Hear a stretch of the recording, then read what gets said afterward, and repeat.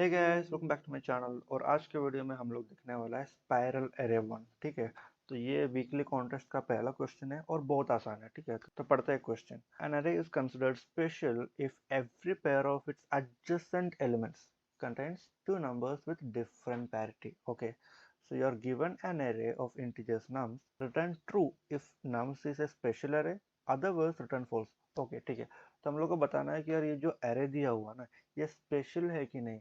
ये स्पेशल कब होगा? If every pair of its adjacent elements, है ना, जो भी एडजेसेंट एलिमेंट्स है ना, सब में देखना है कि यार उसका पैरिटी डिफरेंट है कि नहीं। अगर डिफरेंट है, सारा एडजेसेंट एलिमेंट का पैरिटी डिफरेंट है, इसका मतलब है कि वो स्पेशल एरे है। ठीक है, तो हम लोग क्या रिटर्न करेगा? ट्रू रिटर्न करेगा, अदरवाइज हम लोग फॉल्स रिटर्न करेगा। ठीक है, तो क्वेश्चन हम लोग को समझ में आ गया। अब देखते हैं ये क्या है, पैरिटी क्या होता है ना। तो देखो, a number has odd parity when LSB is 1। LSB क्या है?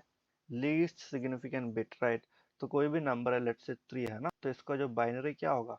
0011, है ना। तो लीस्ट सिग्निफिकेंट बिट क्या है? ये लास्ट वाला बिट है ना, ये वाला बिट।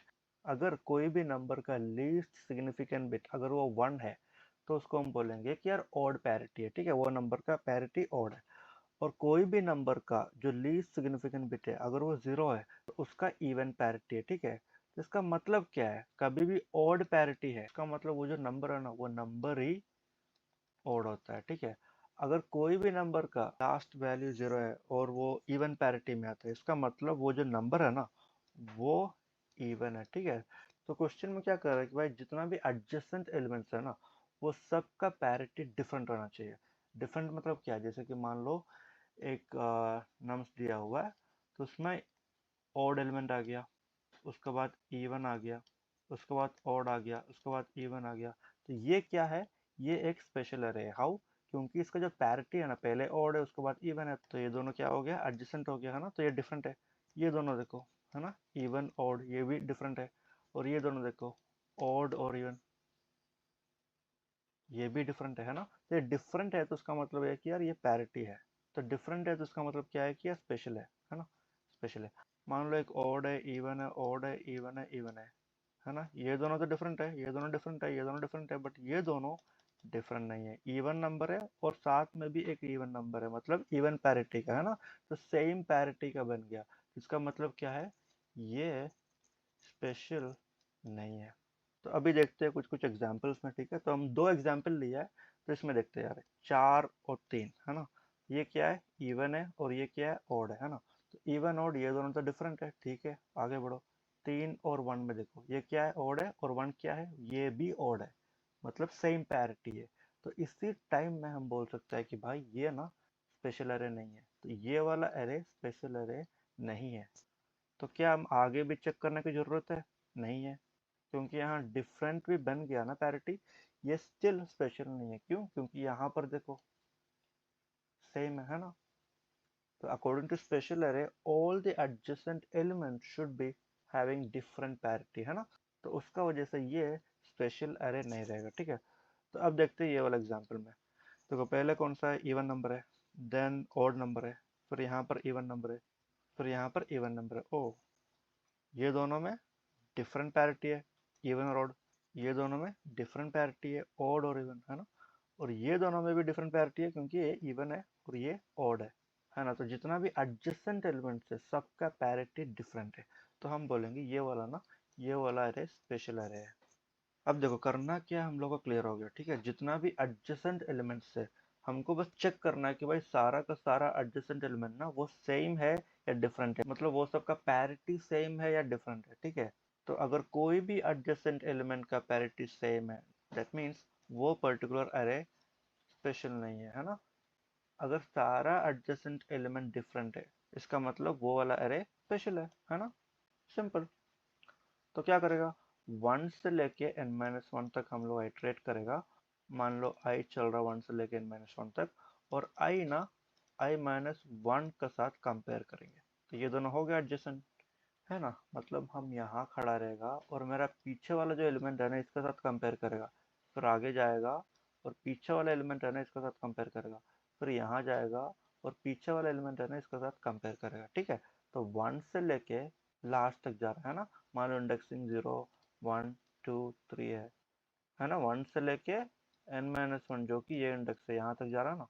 ठीक है, ये भी क्लियर हो गया। अब देखते हैं कि भाई ये ऑड है कि इवन है, ये चेक कैसे करेगा। ठीक है, देखो वैसे तो बहुत सारा तरीका है बट हम लोग यूज करने वाला है ये दोनों। ठीक है, इसमें से कोई भी एक यूज कर लो, काम चल जाएगा। इसमें क्या हो रहा है ना, कोई भी नंबर n मॉडुलो 2 ये 0 तभी देगा जब ये इवन है तो, है ना। n मॉडुलो 2 ये 1 तभी देगा जब ये ऑड है तो। और ये क्या किया, लास्ट बिट चेक करता है।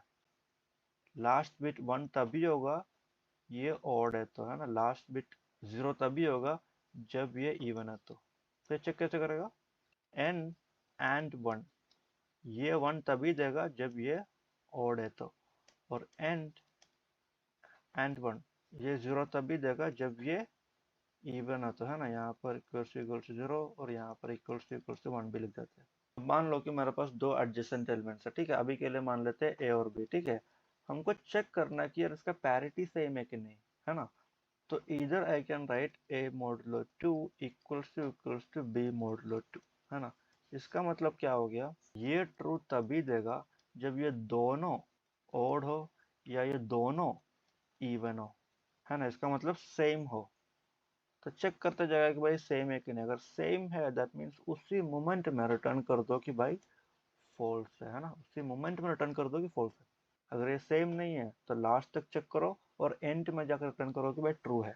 तो सेम यहाँ पर भी a and 1 equals to b and 1 ये ट्रू तभी होगा जब ये दोनों या तो ओड हो और ये दोनों या तो इवन हो, है ना। तो उस केस में रिटर्न करेगा फॉल्स, है ना, फॉल्स। तो सेम चीज़ है, कोई भी यूज कर लो, कोई फर्क नहीं पड़ता। तो देखते हैं, दोनों कोड देखते हैं। ठीक है, तो देखो ये है कोड। और अगर एक ही एलिमेंट है इसका मतलब भाई एडजेसेंट एलिमेंट तो कोई है ही नहीं, है ना। तो कभी भी वो सेम हो ही नहीं सकता। तो हम बोलेंगे कि भाई ट्रू है। ठीक है, यहाँ पर भी अगर एक एलिमेंट है तो हम रिटर्न करेंगे ट्रू।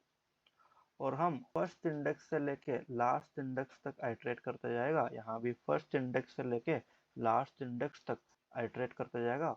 और यहाँ पर क्या चेक कर रहा, ith element modulo 2 equals to i minus 1th element modulo 2, है ना। ये 1 1 तभी होगा जब दोनों ओड हो और ये 0 0 तभी होगा जब दोनों इवन हो।